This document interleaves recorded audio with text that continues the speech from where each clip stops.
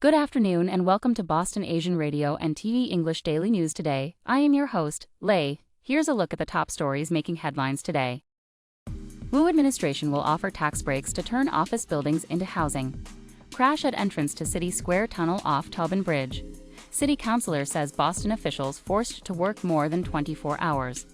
Curley Community Center in South Boston reopens after $31.2 million renovation. Boston police cancel missing person alert after 6-year-old boy located.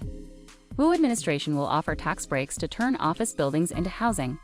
In a bid to revitalize a still too quiet downtown and possibly create hundreds of new homes, the City of Boston plans to launch a short-term pilot program this fall to convert office buildings into housing, offering steep property tax breaks to developers who immediately convert their underutilized downtown offices to residential use.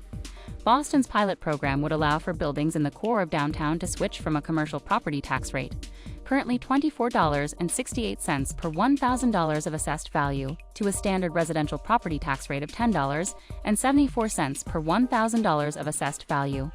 The properties would then also be eligible for an up to 75% discount on that lower residential rate for 29 years through an agreement between the city, the BPDA, and a developer, and the payments would be made to the city through the triparty agreement.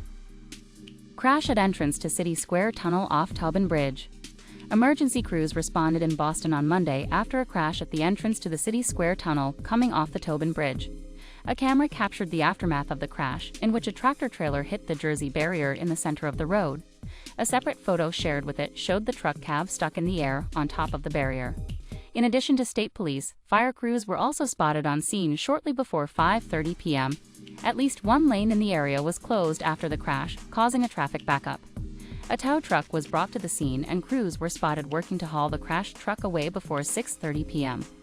While no one was hurt, a state police spokesperson said the crash ruptured 2 of the truck's fuel tanks. The spokesperson said the resulting hazmat incident was deemed a Level 1 incident and was handled at the scene. It was unclear what caused the crash as of Monday night.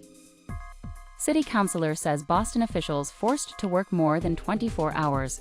Boston City Council President Ed Flynn said Monday he called for an emergency meeting with Boston's police chief after a city official was ordered to work 24 hours, a claim Boston police denied. Flynn and his colleague, Councilman Aaron Murphy, also called for the hiring of more Boston police officers to address what they say is a major public safety problem in Boston and enforced overtime within the department. However, in a statement shortly before 7 p.m., a Boston police spokesman said, "No officers have been ordered to work 24 hours a day." Officers were asked to work overtime on Friday night to support understaffed areas, the statement said. For some officers who voluntarily stayed on, this meant that in this case they were authorized to work more than the allowed 18 hours a day. Curley Community Center in South Boston reopens after $31.2 million renovation. For the next 2 months, city residents can enjoy free programs and events at the newly renovated Curley Community Center in South Boston, the mayor said. The center officially reopened on Friday after a $31.2 million renovation, Mayor Michelle Wu said. The center now includes state-of-the-art fitness and activity spaces for community members of all ages, and was built with climate resiliency features to better protect the beachfront facility from flooding and coastal storms, Wu said in a statement.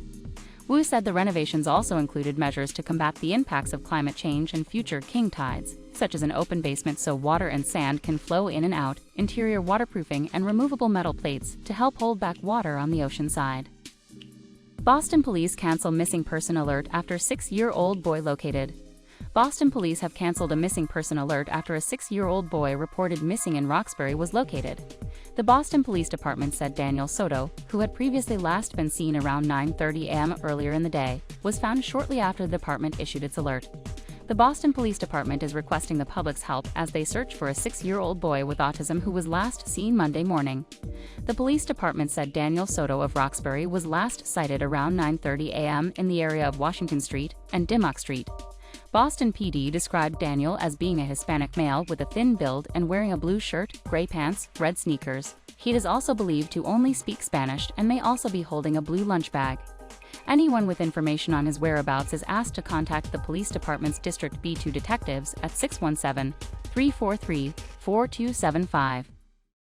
Stay tuned for more updates on Boston news as it develops.